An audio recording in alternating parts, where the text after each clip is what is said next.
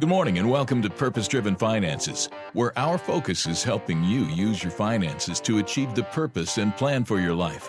And now here's the host of Purpose Driven Finances, Allan Molina with Serwus Capital Management. Hey, good morning. This is Allan Molina, your host of Purpose Driven Finances, president of Serwus Capital Management. Sitting here on this, I think it's a rainy weekend, not really sure, but it's a great day. Yes, you can laugh at me, Rich. You know, I should have looked at the weather beforehand, before we taped, but you know, that's okay. And I had, just this week, I was sitting there doing math, Rich, and you know I love math. Someone's got to. Yes, sitting there doing math and trying to learn, you know, a deeper analysis of rate of change in order to determine when quads are moving and things such as that. And a competitor to WL&I came in the office, and I didn't hear him. And he offered to clean up my office. He did. He did. I was like, no, bro, the floor is an extension of my desk. So just leave it alone. But happy to be here with you. Rich, how you doing, man? So far, so good, Allan. It's early, though. Did you ever get those leaves taken care of? The leaves? Yeah. I did. Oh, that's awesome. Yeah. My boys came home for Thanksgiving. That's a great thing. Yep. That's a great thing. And, yep, yep, that's a good thing. Mm-hmm. You know, I almost threw my sons under the bus, but I chose not to. You know, Pam's happy. But folks, it's been an exciting week, and we're sitting here at the second half of the show. We're going to be talking to Blue Ridge Pregnancy Center and just what they do here in Lynchburg and places you can give for year-end tax giving. And we're going to talk to Jane Oliver and Adara. All right. She's quiet until the second half. Well, it's because her mic's not on. Oh, it's not on. That's good. That's good. Do you want it on? No, that's all right. She says hi, everybody. Are we adding that in? Yeah. There's just to let you know, ladies, there is no adjustments or, Okay. you know, it's a talk show. And so if we mess up, we just fly through it. Rich had to teach me that. I used to really script these, but he's like, Allan, you don't need to do this. This is not, you know, reading Rainbow or something, you know, just go through it. So, Rich, well, I want to talk about, you know, portfolios and things such as that. Mm-hmm. And I know you've been busy running James River Media and the radio shows, the radio station. What's been interesting is tech has been under some pressure and various reasons. But one of the biggest issues that's really permeating some of the narratives that's going on is that is AI really going to be a revenue stream for companies? That's really the heart of it.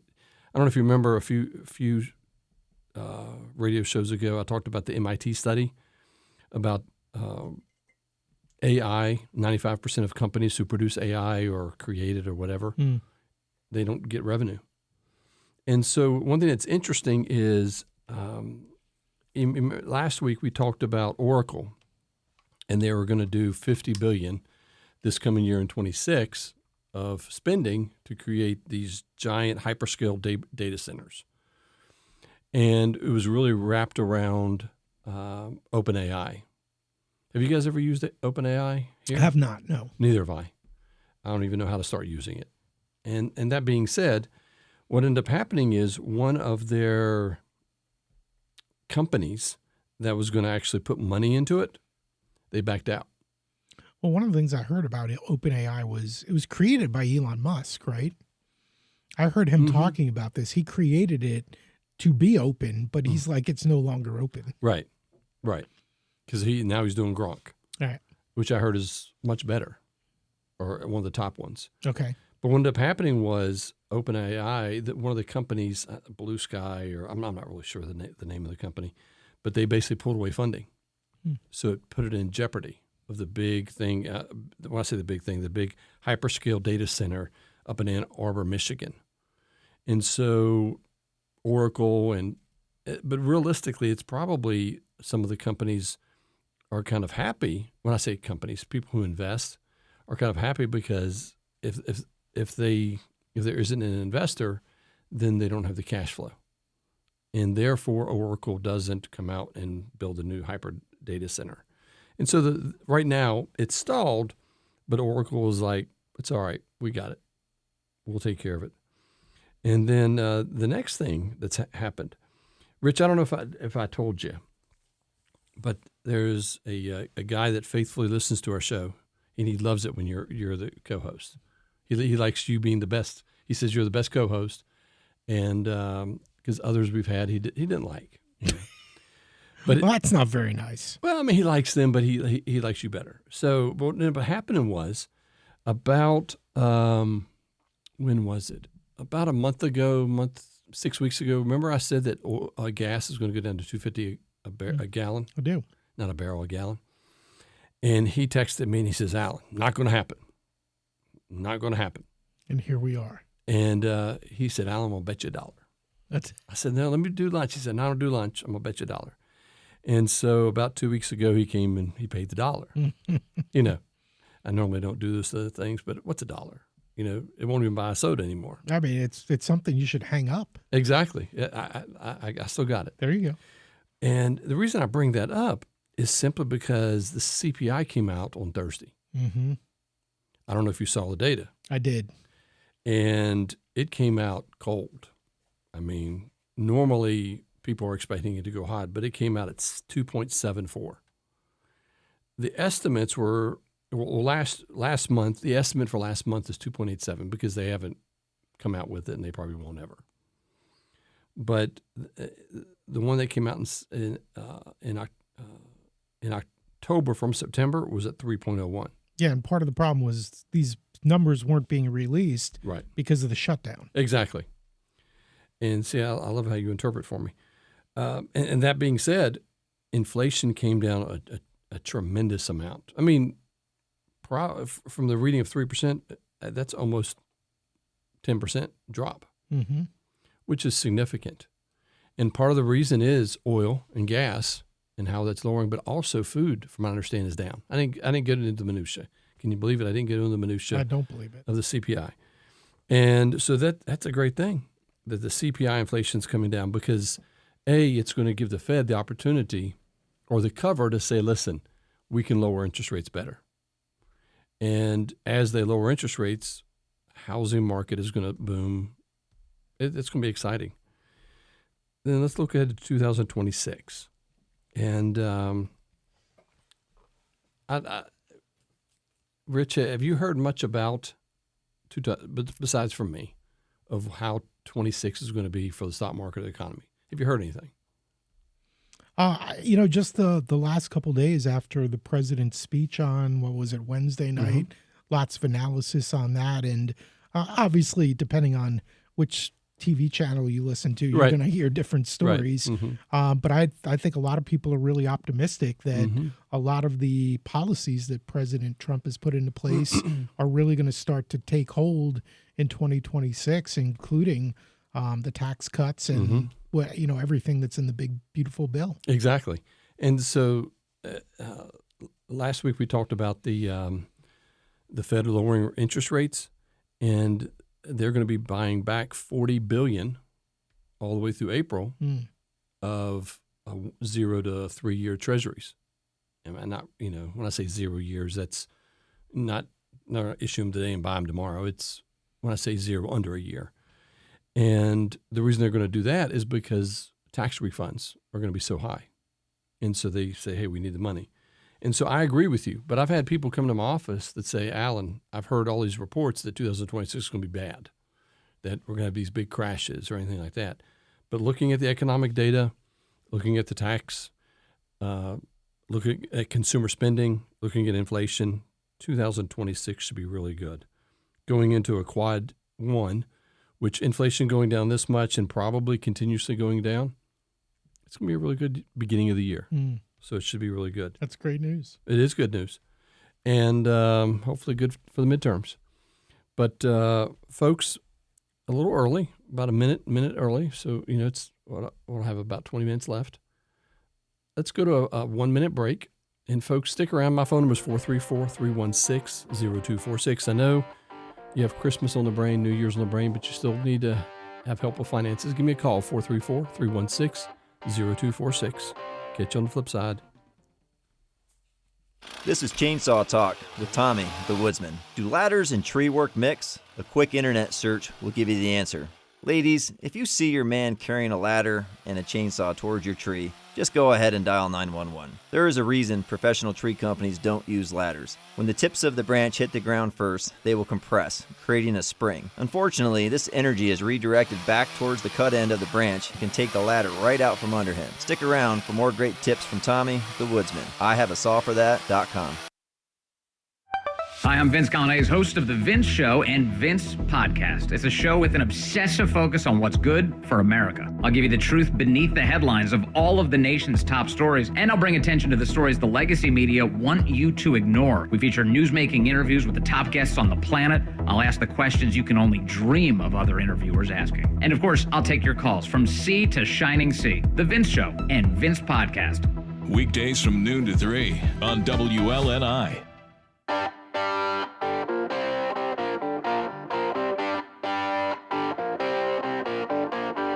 And now, back to Purpose-Driven Finances. Here's Allan Molina with Serwus Capital Management.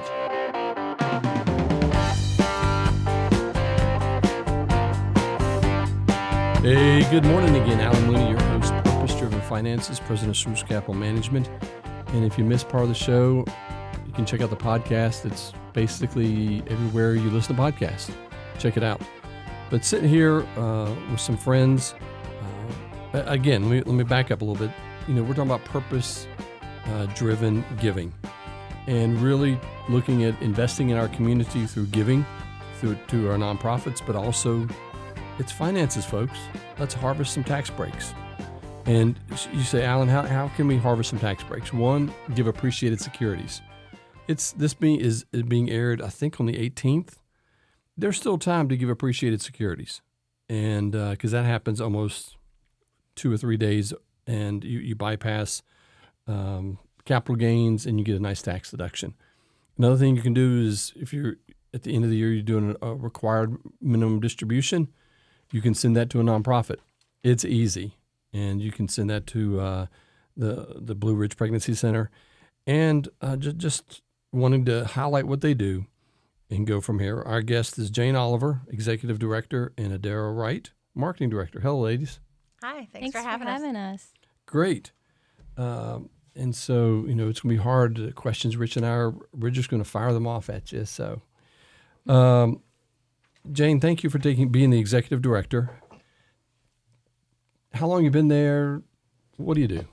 I've been at Blue Ridge Pregnancy Center for 3 years now. I came from actually a pregnancy center work in Florida where I was involved for about 20 years down there. Oh, wow. So. That's great. And Adara? Yeah, so I'm the marketing director at Blue Ridge Pregnancy Center, and I've been there 2 years, but I also worked before BRPC for a pregnancy center in Chicago. I did graphic design and marketing for them remotely. Oh, nice. Never been to Chicago. Me neither. That's interesting. So, Jane, this is, the title of the show is Purpose-Driven Finances. And I don't want to just talk about stocks, bonds, things like that, because, no one, at least I don't think, I wouldn't listen. So really the question I like to get in, in your personal philosophy, your personal passion, your purpose in life. Tell us about it. So I'm called to love God and love others, and just have had a call in my life for many years, probably since I was a young teenager, to stand in the gap for moms and facing unplanned pregnancy, to speak up for those who can't speak for themselves, the child in the womb, as well as moms who aren't given the support that they need to make a better choice than abortion. So. Well, that's awesome. And so with all of that, is that what led you to serve women and families through your work? Yes, of course. Yeah, started through volunteer opportunities. When I was raising my 4 kids, just found ways to plug in that way as a volunteer, and it's just something that has always been, on my heart. Mm-hmm. And Adara, what about you? Yeah, so if we're going way back, I've been... You can go back as far as you want. I've been pretty much, drawing and painting ever since I could hold a pencil. So studio art is really my first love. It's what I went to school for, but I also did a ton of graphic design classes and did some like marketing work in my design classes as well. And ever since I was a kid, I've always wanted to use the creativity and skill set God's given me to help others, really like meet them in their time of need. And I was always kind of thinking, how could I do that through art and graphic design? And I worked for a number of nonprofits, even here in town, all wonderful organizations. And so I'm really grateful for those experiences, because it really is amazing how God will use any opportunity that he gives you to kind of like lead you to where he wants you to be, you know? And I really do feel those experiences in many ways prepared me for where I am now. Before I got the remote job working for the pregnancy center in Chicago, I was working for this small magazine startup, and I loved the work I was doing, but basically I didn't feel like I was really like truly helping anyone, you know, and that's what I wanted to do with my creativity. And a friend from grad school posted about the job in Chicago, and I was like, sure. And one thing led to another. And when I saw this opportunity for BRPC here in my town where I live, I was like, oh my gosh, what an honor it would be to take these skills I've learned and use them right here where I live and serve my direct community here. That's cool. That's cool. So let's talk about BRPC. You know, what's the mission of you folks? So our mission statement is that we exist to save lives and comfort those involved with unplanned pregnancies while furthering the gospel of Jesus Christ. We take a holistic approach. We use compassion, hope, and help to serve women and men in those situations, and just address their physical, spiritual, emotional, mental, you know, just the holistic approach to all that's included in going into a decision about an unplanned pregnancy.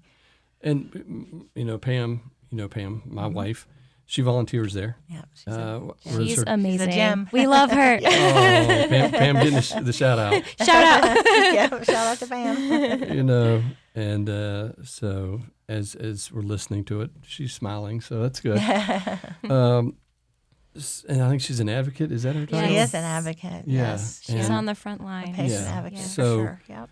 That being said, I have, I haven't ever had a unplanned pregnancy. I tried to have. Is that Red Charger never had one. I think a dad can have an unplanned pregnancy. Not Not directly, not maybe directly. indirectly. This is not Oregon, and it's not. Give me the Washington shovel, State. Allan. Right. Stop taking the I'm level. enjoying your co-host's expressions right now. It's very funny. I'm trying to get him to talk to us. 'Cause he's got a wealth. He's got a deep. Because people enjoy his humor, our humor, and because our listeners are glad we're not Oregon or Washington. Yes. And that. But that being said, so I didn't. From Pam, I've learned a tremendous amount of what you guys have to offer, and it's because I know you do ultrasounds, pregnancy tests. That's what everybody expects. Sure. But what are some of the other things that you do that people don't really think of? Yeah, I think that's a great question.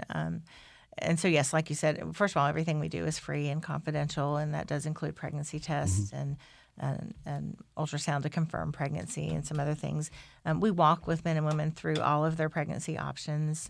We, explore with them what are their stressors, why are they considering abortion or having a struggle or need the extra support, and just kind of uncover those needs. We refer to our community partners. There's so many great organizations here in Lynchburg that we're able to connect people to. So if they have some physical needs that we can meet through a community partner, we refer them for those. And then we also, of course, we talk about all of the options. So we provide medically accurate abortion education information. We don't ever refer, recommend, or provide abortion services, but we do feel that men and women deserve to have all the information that they need to make an informed pregnancy decision from a place that will not benefit financially from their pregnancy decision. That's very important. And so we walk them through all of that, and then we talk about ways we can support them in a parenting role. We are able to provide pregnancy and parenting classes for them. Everyone who comes to our classes, they get a really great education. We have amazing volunteer teachers that teach those classes to our clients, and then if they attend our education classes, everyone who finishes the round of classes, they are able to receive diapers and wipes once a month for an entire year. And then another thing that we do that people don't often think about when they're thinking about pregnancy is that there are 1 in 4 women has had an abortion, and that's 1 in 4 men, of course, are party to that as well.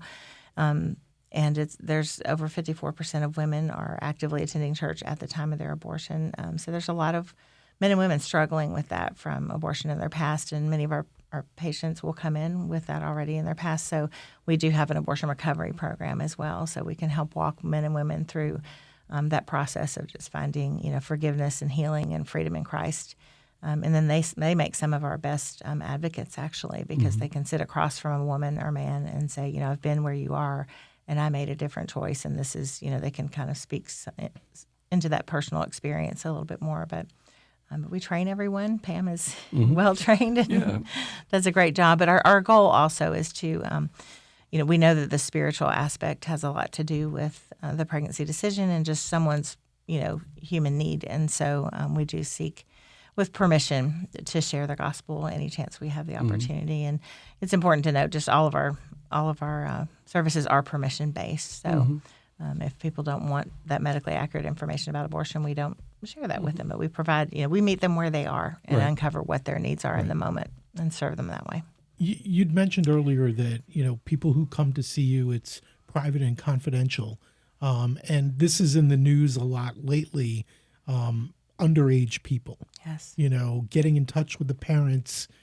You would think, as a parent, I would want to be involved. I would want to know. I would want to help my son or daughter make that choice. How do you balance that? Sure. That's a great question. We, of course, we do serve the highest number of our patients are 18 to 24, and then also that next age gap of 25 to 30. But we do certainly see teenagers and some patients who are underage, and they are allowed to come to the center without, a parent. We encourage them. Of course, it's not often they come, alone. They do typically have a trusted adult, and quite often it is the parent. But we can, we talk to them about how, how to involve the parent in that decision. That is a private matter. It is up to them to do, but we certainly talk to them about and offer to assist in that process too, if that's needed. We can help you talk to mom or dad, or often they'll come in and, my mom is going to kill me. Well, we get to speak to that and just kind of give them that pause outside their situation, take a pause and say, okay, your parent really isn't going to kill you. They may be a little disappointed or, sad about the pregnancy, but, just kind of give them some sight to just kind of see, like, they're really not going to kill you. Right, because most they may be initially upset. Right. Yes, we do have some parents, though, that pressure for abortion. We do see a mixture. And, but, just trying to encourage them to have those conversations with their parents and to trust that, kind of take them back to maybe where mom or dad has been a huge support in the past. And, why would you think, they love you? Why would you think that would be any different? Just kind of help them, zoom out a little bit and just outside of the moment. But the one thing I think is important to note on that note, when we see underage girls, if there is anything that has happened that is illegal, where it's anything that violates the law, that is something that we do report as expected, and that's something that when they go to an abortion clinic, they just don't do that there. So we're definitely looking out for trying to get all the information about what's going on with the pregnancy. As Pam has been there, I think 3 years. Something like that. I was impressed with. I know all the services that you to a mother who is either poor or don't have the insurance or an unplanned pregnancy. But you touched on it. I was amazed at all that you folks offer over and above that. And I think part of the reason I wanted, because everybody, expects, the pregnancy center of what you do, what's in the headlines. Yeah.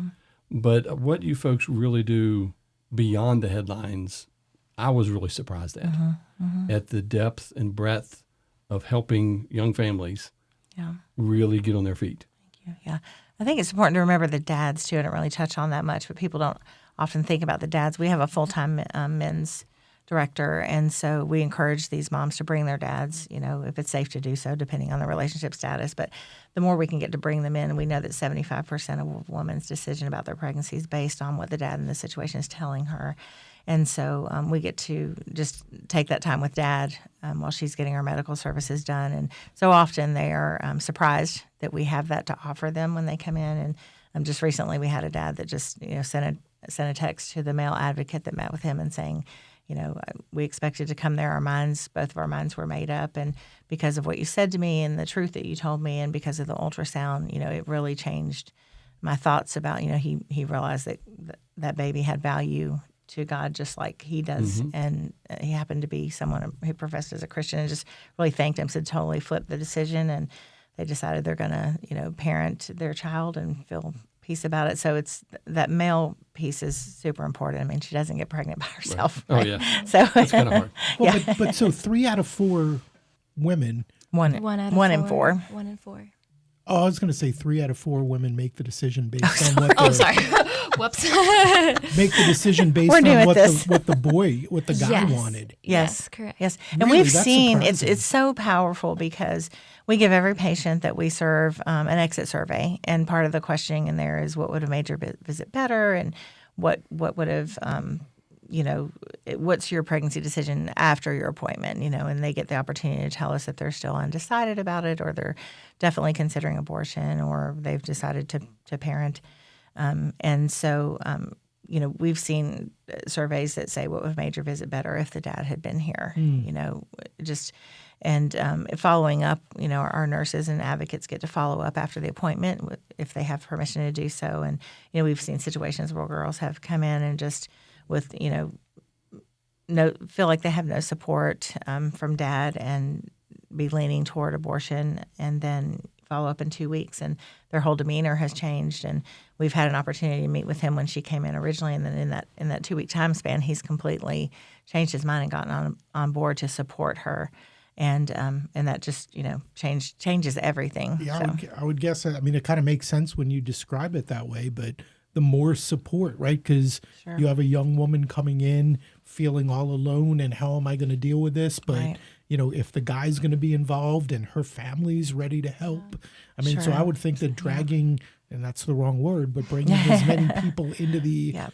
the equation to show the love and support that Right. not only the woman, but the child will have Sure. would be extremely important. Sure. And then there are some cases where, women are here and they don't have a support system. And so to an extent, that is something that Blue Ridge Pregnancy Center provides through mentorship in our classes. Our patient story of the year this year was a patient who unfortunately had sexual assault and ended up in pregnancy and was strongly considering abortion because that, even for people who are pro-life, that's often the exception that's okay to make, right, in cases of rape or incest, and not to minimize, the violence of what that is at all. But she ended up through ultrasound, seeing her baby, seeing that, even though she was very early in pregnancy, it was clearly defined human being and with a heartbeat. And she, so she didn't have a support system. She had moved here from out of state. But we were able to just kind of walk alongside her and plug her in places where she had the support she needed to get through that pregnancy and give birth. And That's awesome. We only have about 45 seconds left. What I wanted to do is so many questions, but one day we'll have an hour show. So how can people give? How can people help? Yeah. Yeah, so we usually kind of say in 3 words like pray, give, and serve. So first and foremost is definitely prayer. Like pray for our center, pray for our staff, and just, the work that God is doing at the center. There are a lot of hard days, so just stamina and perseverance for that. Giving, there are so many ways to give. You can give, obviously, financially, but you can also give of your time. You can donate diapers. There are so many ways to give. I apologize, we're hard stop. What's the website? It's brpcfriends.org/give now. All right, folks, you give, call them, go to the website. Have a great weekend. Returns for illustrative purpose. This is not a suggestion to buy, sell, or use a platform. Only will a suggestion occur after a meeting to determine goals, risk tolerance, and time horizons. Investments involve risks and no guarantee of future results.